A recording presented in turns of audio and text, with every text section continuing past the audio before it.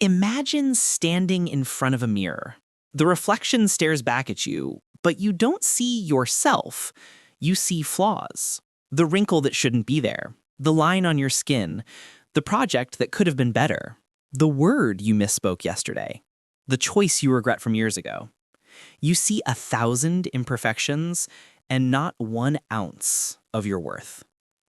This is the prison of perfectionism. A prison with invisible walls.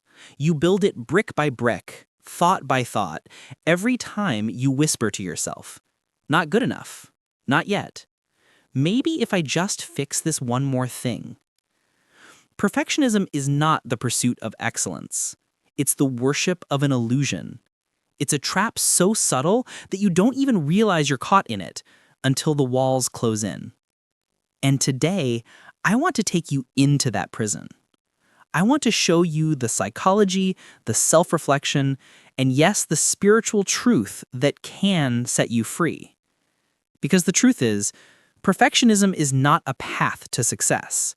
It's a thief of joy, of peace, of presence. And the longer we chase it, the more we lose ourselves. So, let's begin. It always starts with a promise. The promise that if you do everything just right, life will finally make sense. If your grades are flawless, you'll be worthy of love. If your body is sculpted, you'll finally be beautiful. If your work is impeccable, no one can criticize you. If your words are perfect, you'll never be rejected. Perfection sells us a dream that there exists a flawless version of ourselves waiting just around the corner. Psychologically, this promise is intoxicating because it plays on our deepest needs, the need for safety, for belonging, for control. If I am perfect, I will be safe. If I am perfect, I will never be abandoned. If I am perfect, I will finally be enough. But here's the paradox. Perfectionism doesn't actually protect us. It cages us. You might think you're chasing success, but in truth, you're running from shame. The voice of perfectionism is not the voice of ambition. It is the voice of fear. And fear, when it becomes your master, will always demand more than you can give. Let's pause for a moment. I want you to reflect. Think of the last time you delayed something important. A project, a conversation, a dream, because it wasn't perfect yet. Did waiting bring peace? Or did it bring more fear? Did the pursuit of perfect bring freedom? Or did it chain you tighter? That's the promise of perfection. It's always tomorrow that you'll finally feel enough. And tomorrow never comes. Now let's look deeper. What's actually happening inside the mind of a perfectionist? Psychologists describe perfectionism as a multidimensional trait. There's the self-oriented perfectionism, the standards you set for yourself. Then there's socially prescribed perfectionism, the belief that others expect you to be perfect. Both are deeply tied to self-worth. When a perfectionist achieves, they feel temporary relief. But the relief doesn't last. The goalpost moves. What was enough yesterday is inadequate today. Why? Because perfectionism is not about doing well. It's about avoiding failure. It's about outrunning shame. Research has shown that perfectionism is strongly correlated with anxiety, depression, procrastination, even burnout. It's a psychological double bind. If you succeed, it's not enough. If you fail, it's everything. And the saddest part, perfectionists rarely enjoy their own victories. I once heard a story of a student who got the highest grade in the class, but instead of celebrating, she obsessed over the one question she missed. That's perfectionism. It narrows your vision so much that you can't see the beauty of your own progress. And here's where it gets darker. The perfectionist brain confuses identity with performance. It whispers, if I fail, I am a failure. Do you hear the trap? Failure is an event. It's something that happens, but perfectionism turns it into a self-definition. That is why perfectionists fear mistakes more than anything. A mistake is not just an error, it's a threat to their very worth. Now let's go even deeper. Beneath the surface of perfectionism lies shame. Shame is the voice that says you are not enough as you are. Perfectionism tries to silence that voice by performing, achieving, polishing every detail. But here's the tragedy. No matter how much you achieve, shame never satisfied. Perfectionism is like trying to fill a bottomless pit with teaspoons of water. No matter how hard you try, the emptiness remains. I want you to stop and breathe. Think of your own life. Where does perfectionism show up for you? Is it in your work, your relationships, your appearance, your spirituality? And then ask yourself, what am I really afraid of? Because perfectionism is never about the surface. It's about the fear that if you are seen in your imperfection, you will not be loved. But let me tell you something, and I want you to really hear this. Your imperfection is not a curse. It is proof that you are human, and to be human is to be enough. We've peeled back the first layer. We've seen how perfectionism promises freedom, but delivers fear. We've looked at the psychology, the shame, the control, the fear of being unworthy. But this is only the beginning. In part 2, we'll dive into the illusion of control, the battle between perfectionism and growth, and the deeper spiritual trap that keeps us enslaved to the illusion. Because the truth is, perfectionism is not just a mental pattern, it's a spiritual cage. And to escape it, we must see beyond the illusion itself. Stay with me. There's a story I once heard about a man who tried to control the ocean. Every morning he would stand on the shore, broom in hand, sweeping back the waves. His neighbors would laugh, but he was relentless. Day after day he pushed the water back, believing that with enough effort he could command the tide. Perfectionism is the same. It is the broom against the ocean, the desperate attempt to control something vast, untamable, and alive, life itself. At the heart of perfectionism lies the illusion of control. If I can make everything flawless, the mind whispers, then nothing bad will happen. No one will hurt me. No one will reject me. No one will leave. But control is an illusion. Life is messy, unpredictable, beautifully chaotic, and perfectionism is our futile attempt to sweep back the waves. Psychologists call this the control fallacy. It's the belief that our worth, our safety, our belonging can be guaranteed if only we manage every variable. But here's the truth.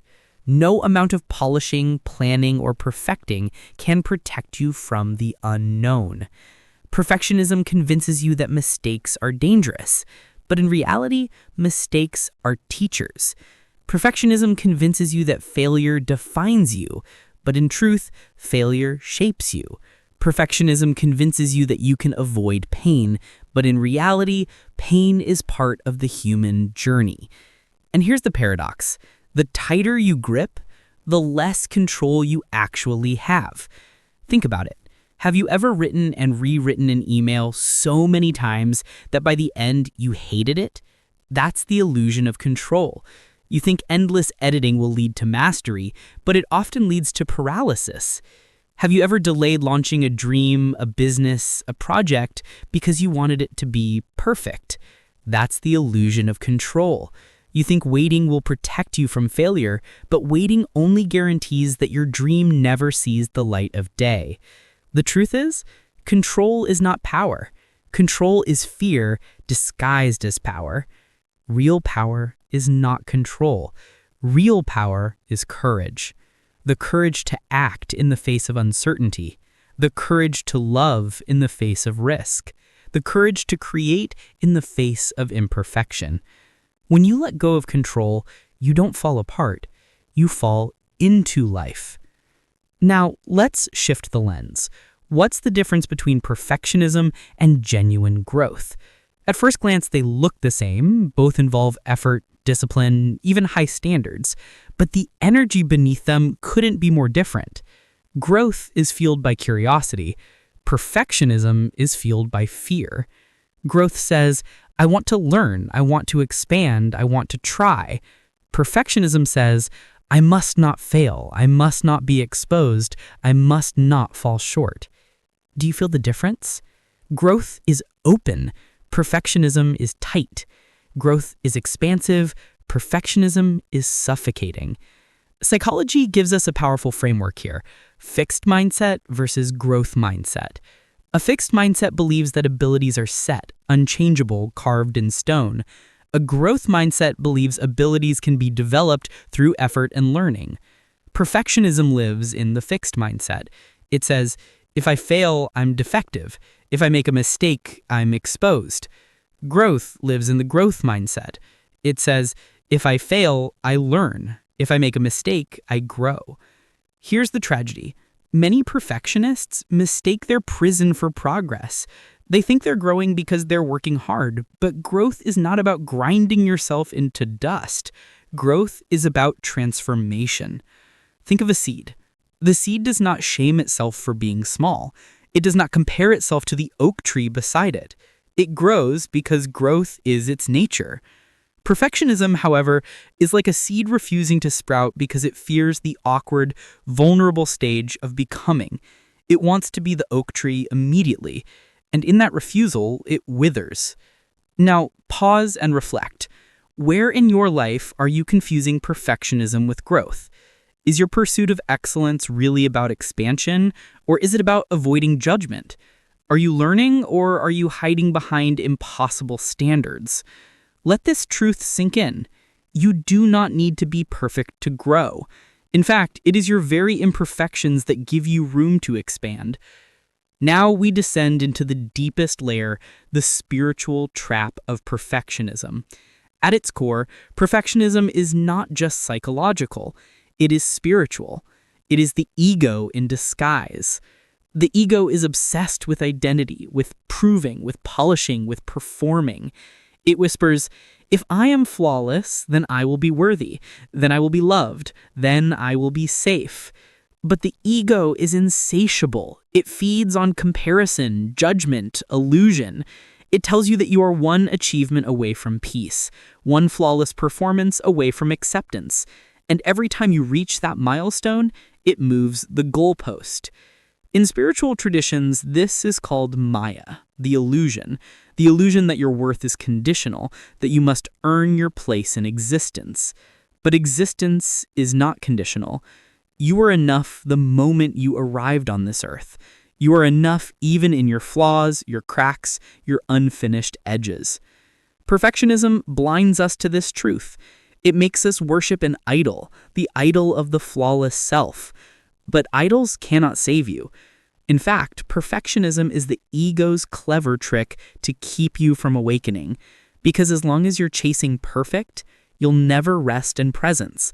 As long as you're fixing yourself, you'll never remember that you were whole all along. Think about it. Perfectionism says, I will be enough when. Spiritual truth says, I am enough now. Perfectionism says, I must control everything. Spiritual truth says, I surrender. Perfectionism says, if I eliminate every flaw, I will be loved. Spiritual truth says, I am loved because I exist. Do you see the trap? Perfectionism is not just about success. It is about separation.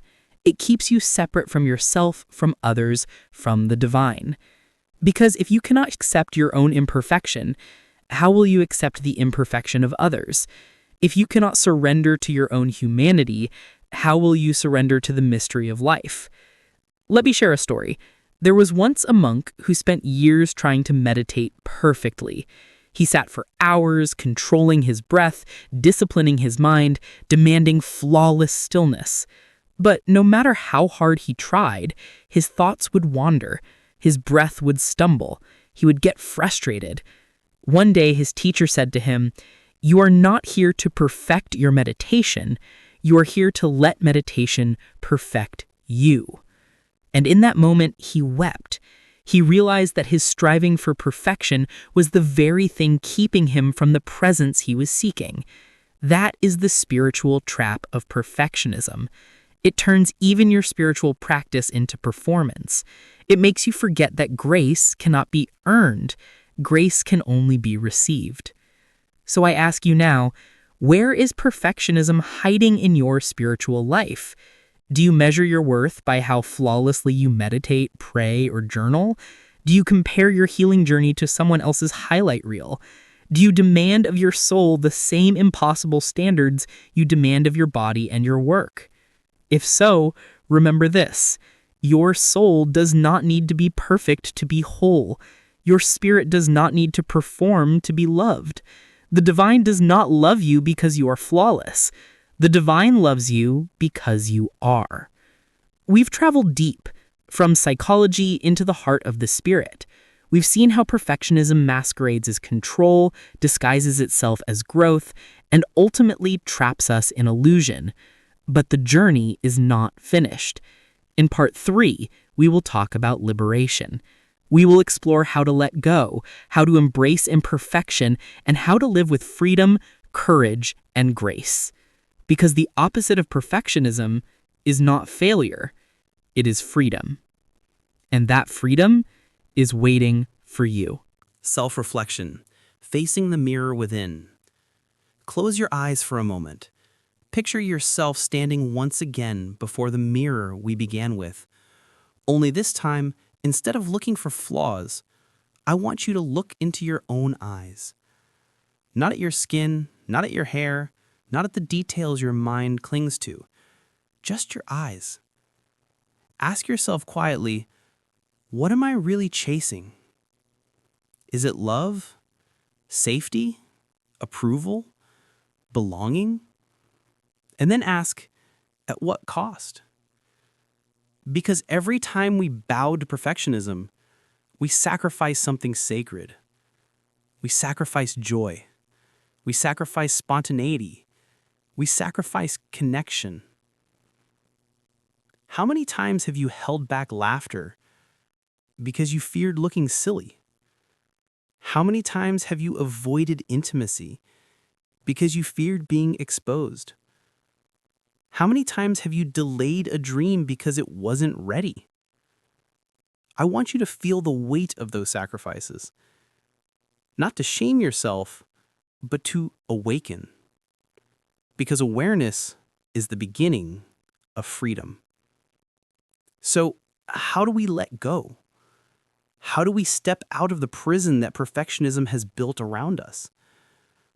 The first step is acceptance. Not acceptance of defeat, but acceptance of reality. Perfection does not exist. It never has, and it never will. The universe itself is imperfect. The stars explode, the planets wobble, the seasons shift, the earth quakes. Nature thrives not because it is flawless, but because it adapts, because it evolves, because it embraces imperfection as part of the design. Why should you be any different? The second step is surrender. Surrender is not giving up. Surrender is releasing the illusion of control. It is sweeping away the broom and allowing the tide to flow. It is saying, I will do my best, and then I will let go. It is saying, I will love myself even when I stumble. It is saying, I will trust life even when it is messy. The third step is grace. Grace is the radical truth that you are worthy, not because of what you do, but because of who you are. Grace is the antidote to shame. Grace is the hand that reaches into the pit and lifts you up when perfectionism tells you to keep digging. Grace whispers, you are enough now. Not someday, now. The practice of imperfection. Letting go of perfectionism is not a one-time decision. It is a practice, a daily returning. So I want to give you practices you can carry with you. 1. The imperfect action. Every day, do one thing imperfectly on purpose. Sing off key. Write without editing. Send the email without obsessing. Teach your nervous system that imperfection is safe. 2. The gentle voice. Notice the inner critic that demands perfection. Then counter it with gentleness. When it says, not good enough, answer, I am learning, I am growing, and that is enough. 3. The gratitude shift. Instead of asking, what's wrong with me, ask, what's right with me? Train your brain to see progress, not just flaws. 4. The sacred pause. When you feel the grip of perfection tightening, pause, breathe. Ask yourself, is this pursuit serving my soul or my fear?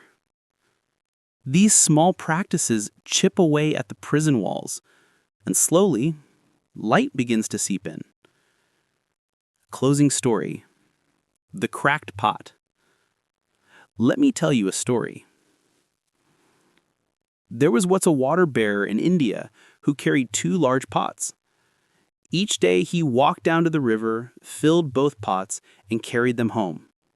One pot was flawless, holding the water perfectly.